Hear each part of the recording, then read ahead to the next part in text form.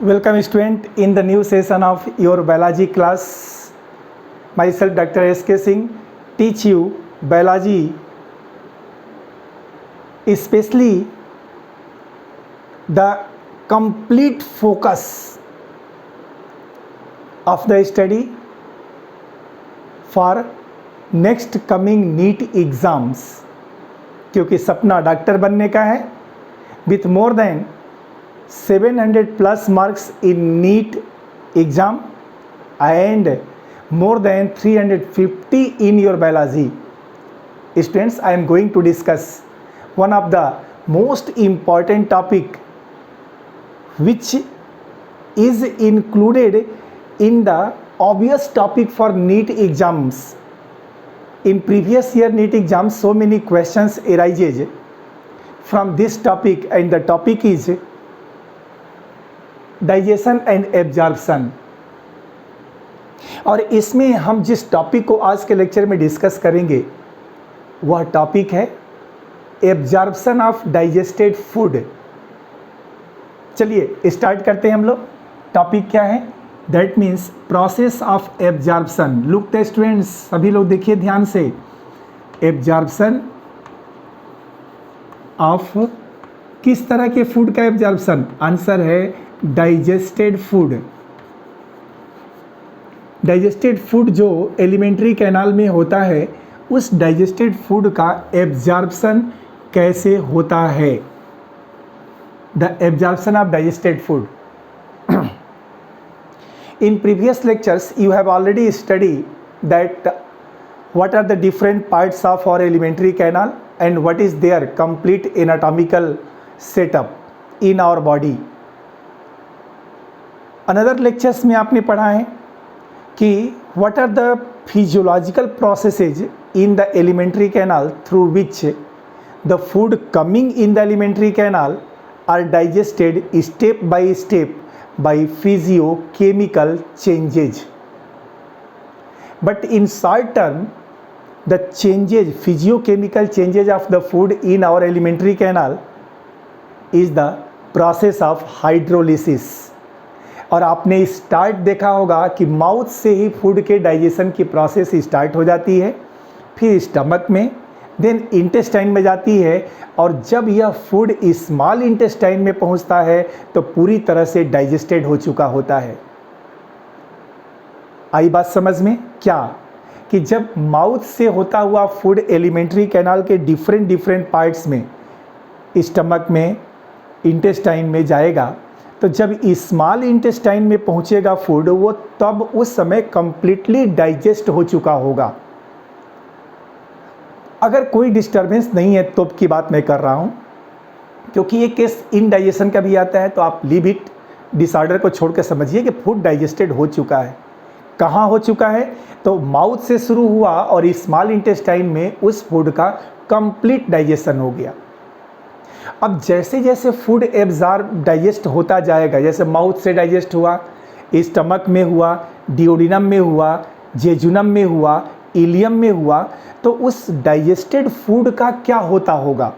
तो आंसर है कि वह डाइजेस्टेड फूड हमारे बॉडी के अंदर एब्जॉर्ब होता होगा। और हम वही तो डिस्कस कर रहे हैं कि डाइजेस्टेड फूड का हमारे बॉडी में एब्जॉर्प्शन कैसे होता है। सबसे पहले आपको एक स्ट्रक्चर याद रखने की ज़रूरत है। क्या? बहुत छोटे में but to the point for NEET exam based on NCERT। क्या है वो देखिए आप। स्मॉल इंटेस्टाइन में जब कभी भी आप इसके स्ट्रक्चर को देखें, सपोज करिए ये एक स्मॉल इंटेस्टाइन का पार्ट है, तो इस स्मॉल इंटेस्टाइन के अंदर की तरफ एक ल्यूमेन आपको नज़र आएगा। ल्यूमेन का मतलब होता है खाली जगह। ये ल्यूमेन नज़र आएगा, LUMEN, ल्यूमेन, जिसके अंदर ये फूड चल रहा है ऐसे।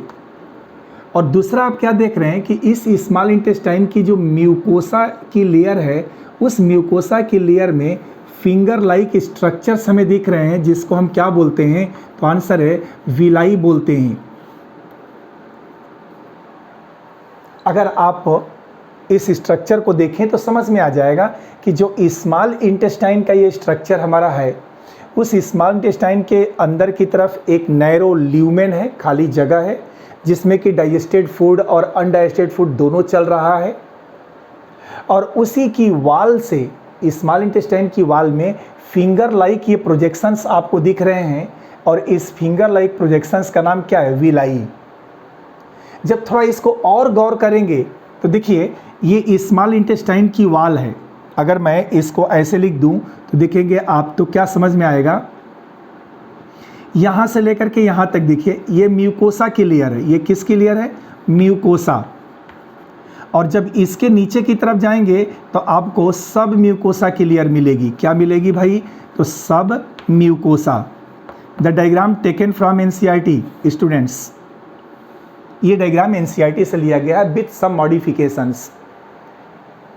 इसकी जो म्यूकोसा की लेयर, मतलब एक छोटे से पार्ट को अगर मैं यहाँ से कट कर दूँ, आप देखें यहाँ से यहाँ तक, और इस पार्ट को मैग्नीफाई करके मैं देखूँ तो कुछ ऐसा स्ट्रक्चर दिखाई देगा कि इसकी म्यूकोसा की लेयर में ये फिंगर लाइक स्ट्रक्चर जो हमें दिख रहा है, इसी फिंगर लाइक स्ट्रक्चर का नाम क्या है? तो आंसर है, इसी का तो नाम विलाई है। और जब इस विलाई को थोड़ा और मैग्नीफाई करके आप देखिए, और ज़्यादा माइक्रोस्कोप उसके पास ले जाइए, तो आपको दिखेगा कि इस विलाई पर भी छोटे छोटे आउट ग्रोथ निकले हुए हैं। तो अगर मान लो आप लोग ऐसे समझो कि ये विलाई है, VILLI, तो इस विलाई के बाहर भी तो छोटे छोटे प्रोसेसेस दिख रहे हैं आपको ये। और विलाई, एक विलाई के बाहर ये जो छोटा प्रोसेस दिखता है ना, इसको हम माइक्रो विलाई कहते हैं। ये क्या कहते हैं भाई? Micro villi. और जो ये माइक्रो विलाई हमें मिलता है, यह पूरे स्मॉल इंटेस्टाइन में एक ब्रश बॉर्डर इपिथेलियम का फॉर्मेशन करता है। तो सबसे पहले हम क्या लिखेंगे कि स्मॉल इंटेस्टाइन में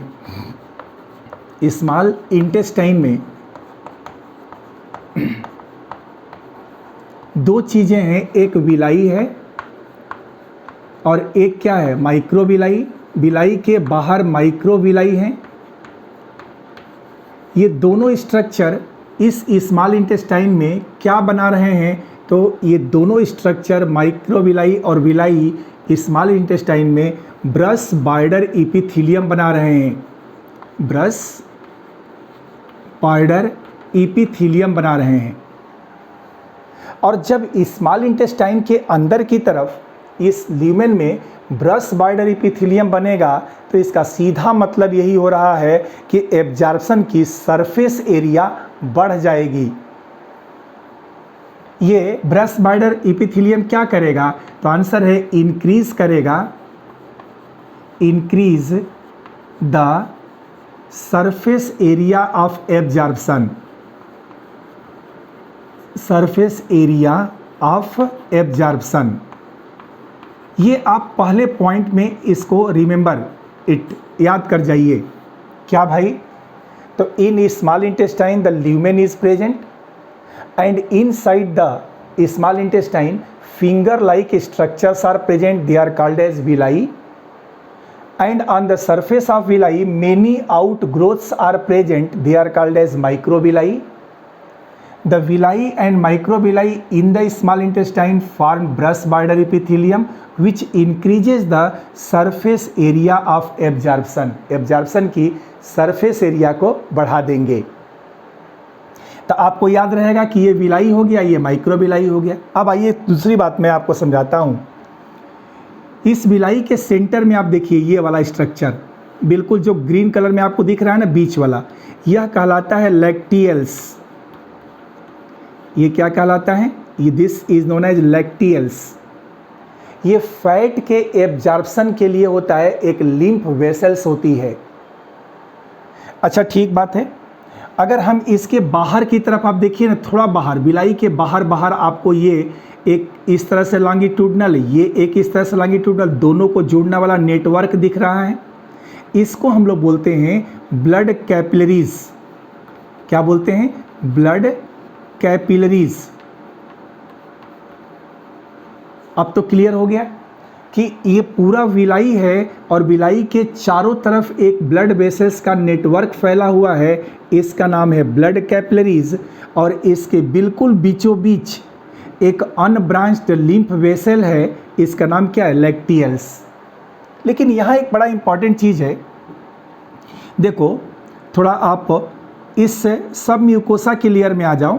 तो सब म्यूकोसा के लेयर में आपको एक स्ट्रक्चर ये दिख रहा है ना, ये वाला, ये वाली ट्यूब बीच में ऐसे चल रही है। ध्यान से मेरे फिंगर को देखिए आप लोग, इस वाले को। यह क्या है, तो एक लार्ज ब्लड वेसल है, यह एक ब्लड वेसल है। और अगर आप इसके थोड़ा सा नीचे आ जाइए तो आप देखेंगे ये स्ट्रक्चर को, इस स्ट्रक्चर को देखिए, मतलब अभी वाले को, इसको लिम्फ वेसल कहते हैं। इसको हम लोग क्या बोलेंगे, लिम्फ वेसल। तो एक ब्लड वेसल हो गई, ऊपर की तरफ एक लिम्फ वेसल हो गई। लेकिन एक बात और क्या कह रहा है कि देखो ये लैक्टियल्स, थोड़ा आपको सतर्क रहना पड़ेगा। इधर विलाई के अंदर का लैक्टियल्स किस में आ रहा है, तो लिम्फ वेसल्स में खुल रहा है ऐसे।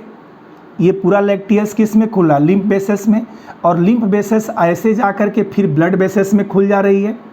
अब देखो ना इसको, है ना। इसका मतलब कि अंत में यही होगा कि इस लैक्टियल में जो भी कंपोनेंट आएगा वह लिम्फ वेसल्स में, और लिम्फ से होता हुआ फिर ब्लड में चला जाएगा। स्ट्रक्चर के अकॉर्डिंग तो यही समझ में आ रहा है, और यही होता ही है कि जो विलाई है उस विलाई के अंदर लैक्टियल्स हैं और ब्लड कैपिलरीज हैं। जब नीचे इसकी वॉल में आएंगे तो एक ब्लड वेसल्स मिलेगी लार्ज, एक लिम्फ वेसल्स मिलेगी। ब्लड कैपिलरीज ब्लड वेसल्स में ओपन होगी और लैक्टियल्स लिम्फ वेसल में ओपन होगा, और लिम्फ वेसल फिर जा कर के इसी ब्लड में मिल जाता है। इसका मतलब कि लिम्फ वेसल्स में कोई भी कंपोनेंट अगर आएगा तो वह कंपोनेंट फाइनली आगे जा कर के ब्लड वेसल्स में ही उसको मिलना है। तो सारा कंपोनेंट जो स्मॉल इंटेस्टाइन में आएगा, यदि एब्जॉर्ब हो रहा है तो इसका मतलब हो रहा है कि वह एब्जॉर्ब हो करके लिम्फ में ही जा रहा है। स्टूडेंट्स, इसमें कोई प्रॉब्लम आपको नहीं होनी चाहिए। बिल्कुल इस चीज़ को याद करिए, क्योंकि अब इसको मैं इरेज करूँगा। तो एक बार फिर से आप देख लीजिए कि फूड का फाइनल डाइजेशन स्मॉल इंटेस्टाइन में होता है। स्मॉल इंटेस्टाइन के अंदर एक ल्यूमेन होता है। इसके ल्यूमेन के चारों तरफ फिंगर लाइक स्ट्रक्चर्स होते हैं जिसको विलाई कहा जाता है, जो म्यूकोसा की लेयर से बनते हैं। विलाई के बाहरी सरफेस पर माइक्रोविलाई होता है। एक विलाई और माइक्रोविलाई ब्रश बॉर्डर इपिथेलियम बनाते हैं, जो एब्जॉर्प्शन की सरफेस एरिया को बढ़ा देते हैं, 600 टाइम्स बढ़ाते हैं, 600 गुना ज़्यादा। अगली बात कि एक विलाई के अंदर बीच में सेंटर में लॉन्ग अनब्रांच्ड लैक्टियल्स होता है। लैक्टियल्स नीचे जाकर के सब म्यूकोसा की लेयर में लिम्फ वेसल्स में ओपन हो जाता है। अब तीसरी बात, विलाई के चारों तरफ ब्लड कैपिलरीज का नेटवर्क होता है। ये ब्लड कैपिलरीज का नेटवर्क फिर सब म्यूकोसा में जाके ब्लड वेसल्स में खुलता है, और सब म्यूकोसा में ही लिम्फ वेसल्स ब्लड वेसल्स के साथ जुड़ जाती है। ये रहा एक कॉन्सेप्ट जिसको कि आपको याद रखना है। अब थोड़ा सा आपको इधर की तरफ ध्यान देना है। सबसे पहले ये याद रखना है कि हमारे बॉडी के किस आर्गन में किस तरह के, मतलब एलिमेंट्री कैनाल के किस पार्ट में किस तरह के फूड का एब्जॉर्प्शन होगा। Which type of digested food or food absorbed into the different part of alimentary canal? तो आंसर है the first absorption starts from mouth। सबसे पहले एब्जॉर्प्शन की प्रक्रिया स्टार्ट कहाँ से होती है, तो माउथ से होती है। कैसे होती है, तो आपको याद रखना है कि जैसे हमारे टंग के नीचे, टंग है ना, टंग के नीचे म्यूकोसल इपिथेलियम की लेयर होती है। जब कोई मेडिसिन हम लेते हैं, कोई ड्रग्स लेते हैं, तो हमारे टंग के लोअर साइड में, लोअर साइड की जो म्यूकोसल इपिथेलियम होती है वह उस ड्रग को स्मॉल क्वांटिटी में एब्जॉर्ब कर लेती हैं। किसका एब्जॉर्प्शन हुआ, ड्रग्स का। Below the tongue small quantity में। स्टमक में आ जाइए। अब माउथ से होता हुआ फूड कहाँ जाएगा, स्टमक में। तो स्टमक में वाटर का एब्जॉर्प्शन, सिंपल शुगर का एब्जॉर्प्शन और एल्कोहल का एब्जॉर्प्शन हो जाता है। क्या क्या एब्जॉर्ब होगा? Water, simple sugar and alcohol is absorbed into the stomach, हमारे पेट में एल्कोहल। इंटेस्टाइन में सब चीज़ का एब्जॉर्प्शन होता है। इस इंटेस्टाइन का यहाँ मतलब है स्मॉल इंटेस्टाइन। कार्बोहाइड्रेट भी, प्रोटीन भी, फैट्स भी, विटामिन्स भी, मिनरल्स भी, सब के सब एब्जॉर्ब होते हैं कहाँ पर? स्मॉल इंटेस्टाइन में। फिर आगे थोड़ा सा बढ़िए, लार्ज इंटेस्टाइन में किसका एब्जॉर्प्शन होता है? तो लार्ज इंटेस्टाइन में होता है वाटर का, सम अमाउंट ऑफ मिनरल्स, ज़्यादा मिनरल्स नहीं, ज़्यादा तो स्मॉल में, सम अमाउंट ऑफ मिनरल्स और बचे हुए कुछ ड्रग्स का एब्जॉर्प्शन हमारे लार्ज इंटेस्टाइन से हो जाता है। तो ये आपको मेमोराइज करना पड़ेगा कि drugs below the tongue, in mouth, stomach, water, simple sugar, alcohol, small intestine, all, large intestine में water, some amount of minerals and drugs. चलिए, या आर्गन को समझने के बाद अगर आप ये समझ गए तो एक चीज़ समझिए कि स्मॉल इंटेस्टाइन का जो ये विलाई है, ध्यान से देखिएगा आप लोग इस स्ट्रक्चर को, इसको भी मैं मिटा देता हूँ। ब्लड बेसिस तो आप समझ ही गए हैं, इससे हमारा कोई लेना देना नहीं, मैं इसे समझाना था इसलिए मैंने आपको ये स्ट्रक्चर बता दिया था। जो ये विलाई का स्ट्रक्चर है, इसी विलाई में लैक्टियल्स भी है और ब्लड कैपिलरीज भी है। तो अब हम क्या करते हैं कि इन दोनों विलाई में दो चीज़ों को मैं अलग कर देता हूँ। किसको? एक ब्लड कैपिलरीज में क्या फ्लो करेगा? तो इसके अंदर ब्लड फ्लो करेगा, और इस लैक्टियल्स में क्या फ्लो करेगा? तो आंसर है लिम्फ करेगा। ध्यान दीजिएगा इस चीज़ को, लिम्फ कहाँ होगा? आंसर है लैक्टियल्स में। और ब्लड कहाँ है? तो ब्लड वेसल्स में है, जिसको हम लोग क्या बोल रहे हैं? ये ब्लड कैपिलरीज वाला है। लैक्टियल्स तो बीच का हो गया, और इसके चारों तरफ जो रेड कलर में बना हुआ क्या है? ब्लड कैपिलरीज हैं। तो ब्लड कहाँ पर है? ब्लड कैपिलरीज में। हमें क्या याद रखना है कि कौन कौन से ऐसे फूड आइटम्स होते हैं जो आफ्टर डाइजेशन ब्लड में एब्जॉर्ब होते हैं, और कौन सा ऐसा फूड होता है जो लिम्फ में एब्जॉर्ब होता है। मतलब इस लैक्टियल्स के लिम्फ में क्या एब्जॉर्ब होगा, यहाँ पर लिखेंगे, और इस ल्यूमेन से इस ब्लड कैपिलरीज में क्या एब्जॉर्ब होगा उसको हम यहाँ पर लिखेंगे। सब क्वेश्चन अलग अलग जो पूछा ईयर में ना, उसी क्वेश्चन को मैंने थियरी में ट्विस्ट किया है। तो ब्लड में क्या एब्जॉर्ब होता है और लिम्फ में क्या एब्जॉर्ब होता है, और ये दोनों चीज़ें कहाँ प्रेजेंट है? तो विलाई के अंदर है, स्मॉल इंटेस्टाइन के। चलिए देख लेते हैं एक बार हम लोग, ब्लड में क्या एब्जॉर्ब होगा भाई? आंसर है ब्लड में water, mineral salt, water soluble vitamin, amino acid, monosaccharides. देखिए ना, मैं लिखता हूँ। फर्स्ट, ब्लड में एब्जॉर्ब होगा वाटर, ब्लड में एब्जॉर्ब होगा मिनरल्स, मिनरल्स एब्जॉर्ब होंगे। ब्लड में एब्जॉर्ब होगा water soluble, water soluble vitamins. Blood में एब्जॉर्ब होगा amino acids, amino acids. Clear है? ब्लड में एब्जॉर्ब होगा मोनोसैकेराइड्स, मतलब कार्बोहाइड्रेट्स। ये याद रखिएगा, जैसे ग्लूकोज, फ्रक्टोज, गैलेक्टोज, ये सब ब्लड में एब्जॉर्ब होंगे। अमीनो एसिड तो समझ में आ गया। अब मोनोसैकेराइड को क्या कहेंगे आप लोग? जैसे ग्लूकोज कहाँ एब्जॉर्ब होगा? ब्लड में। जैसे फ्रक्टोज, ये कहाँ एब्जॉर्ब होगा? ब्लड में। जैसे कि गैलेक्टोज, ये कहाँ एब्जॉर्ब होगा? ब्लड में। तो कितना सिंपल है, याद करना आसान है ना, कि water, minerals, water soluble vitamins, amino acids और monosaccharides, they are absorbed into the blood. Villi की ब्लड कैपिलरीज के ब्लड में ये कंपोनेंट्स एब्जॉर्ब होंगे। चलिए अगला देखिएगा, लिम्फ में क्या एब्जॉर्ब होगा?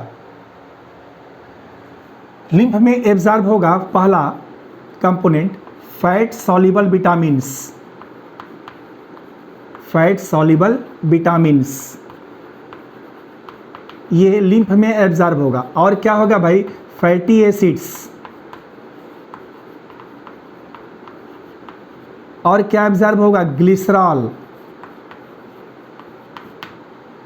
एक और चीज सिंपल याद रखना, फैट डेरिवेटिव्स, फैट डेरिवेटिव्स, जितने भी फैट के डेरिवेटिव्स होंगे they are absorb into the lymph.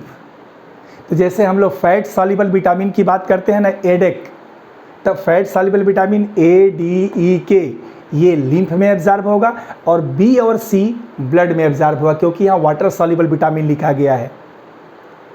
Fatty acid, glycerol, monoglycerides, diglycerides, triglycerides या फैट के डेरिवेटिव कोलेस्ट्रॉल, ये सब के सब कहाँ एब्जॉर्ब होंगे, लिम्फ में। तो विलाई के अंदर ब्लड भी है, लिम्फ भी है, किसमें क्या एब्जॉर्ब होगा ये बात हम यहाँ से याद कर सकते हैं। ओके स्टूडेंट्स, अब हमें एक चीज़ लास्ट में ये भी देखनी पड़ेगी कि इसके एब्जॉर्प्शन की प्रोसेस क्या होती है, पता है कि ना। तो आइए देखते हैं इसको हम लोग।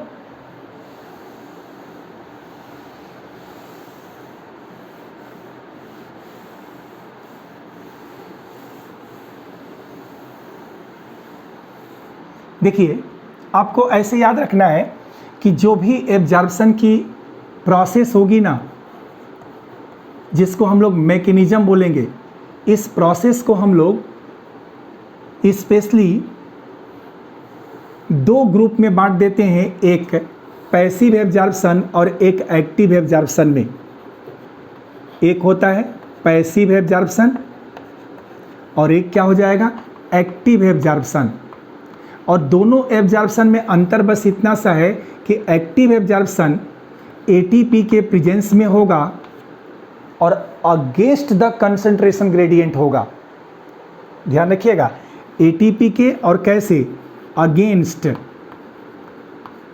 The concentration gradient.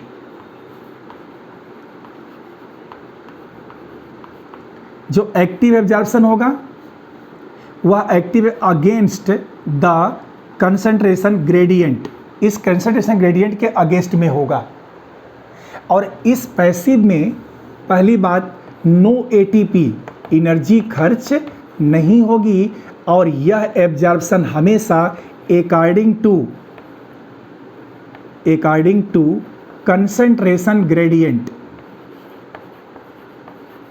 यह कंसंट्रेशन ग्रेडियंट के अकॉर्डिंग होगा। अब आप सोच रहे होंगे कि अकॉर्डिंग टू कंसंट्रेशन ग्रेडियंट और अगेंस्ट द कंसंट्रेशन ग्रेडियंट क्या है। तो कंसंट्रेशन ग्रेडियंट के अकॉर्डिंग का मतलब हाई कंसंट्रेशन से लो कंसंट्रेशन की तरफ आना, ये पैसिव हो गया, क्योंकि हाई से लो आ रहा है इसलिए इसमें एटीपी खर्च नहीं होगी। एक्टिव में एटीपी खर्च हो रही है इसलिए ये लो से हाई की तरफ जाएगा, लो से हाई की तरफ जाएगा। तो ये एक्टिव एब्जॉर्प्शन और ये क्या हो जाता है, पैसिव। ये एब्जॉर्प्शन की दो प्रोसेसेज हैं।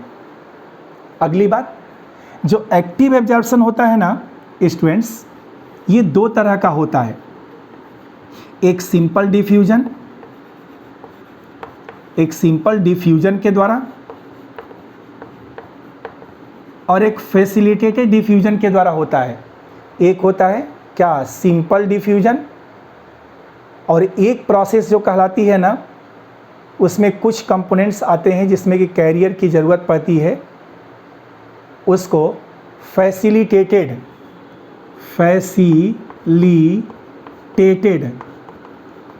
डिफ्यूजन कहा जाता है।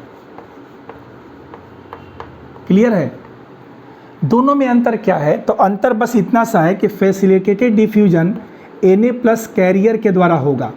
किसके द्वारा होगा? Na+ कैरियर के द्वारा।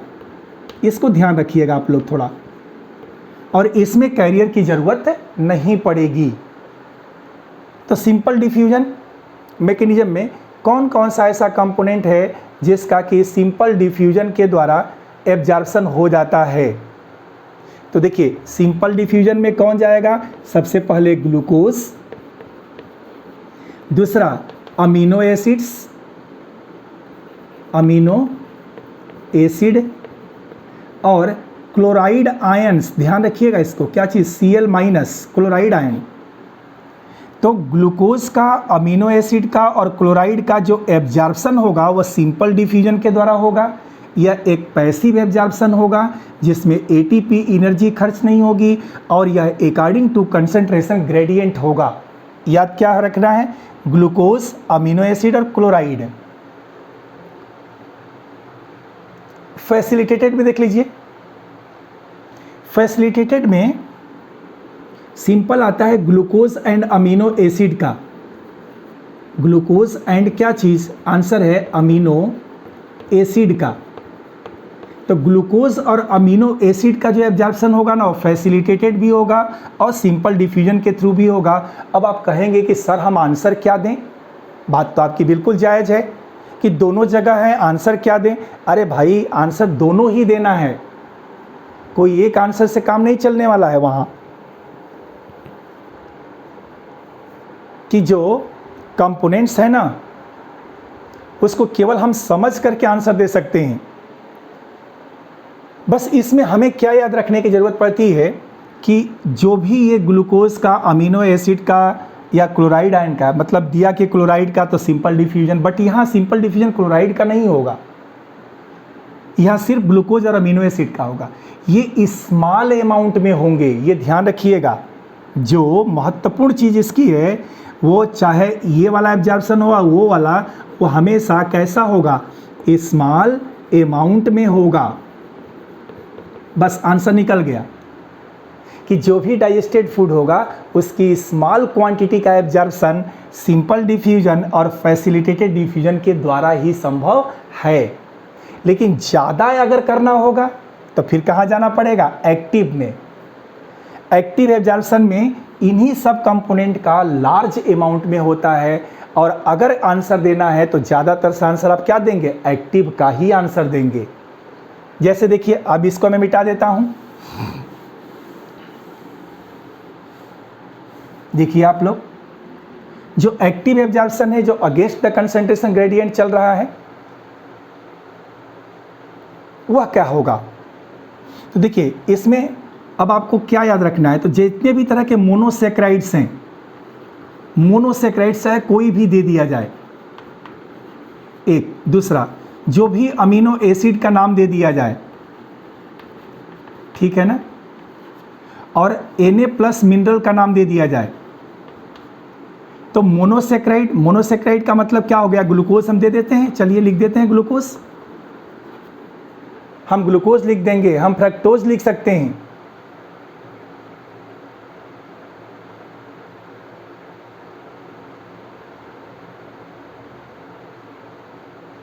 देखिए ना, इस तरह की चीज़ें कितना सिंपल वे में आप याद रख सकते हैं।